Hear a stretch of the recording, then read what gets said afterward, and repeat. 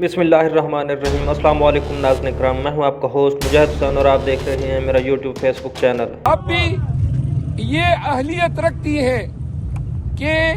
اگر ان کو مینڈیٹ واپس دیا جاتا ہے اور اقتدار بمطابق کے قانون پی ٹی آئی کو دیا جاتا ہے تو پاکستان تحریک انصاف صرف ریمیٹنسز کی مد میں اور 1 کروڑ بیرون ملک پاکستانیوں کے ذریعے پاکستان کو فوری طور پر درپیش معاشی مسائل سے نجات دلا سکتی ہے۔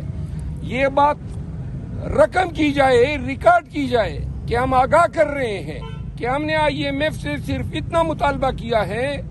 کہ جو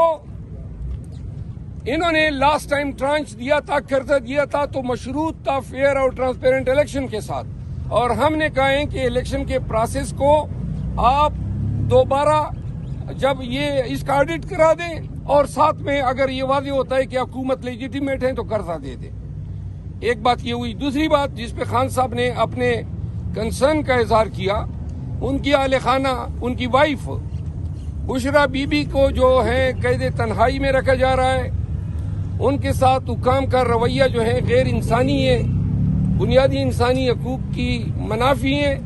لیکن خان صاحب نے اس عزم کا اعادہ کیا کہ 7.5 مہینے مجھے ہو گئے ہیں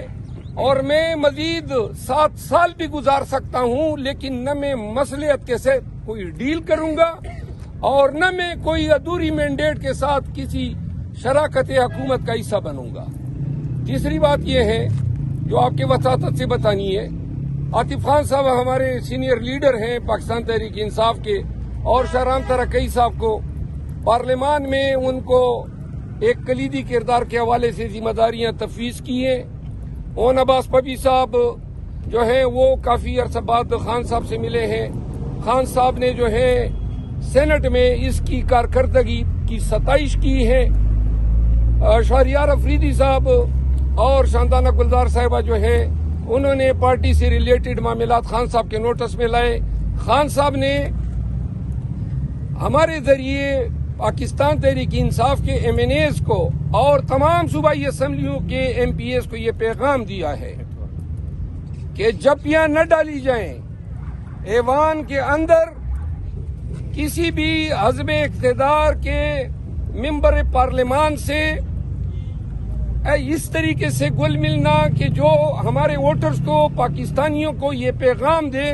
کہ کوئی ٹوپی تماشا ہے،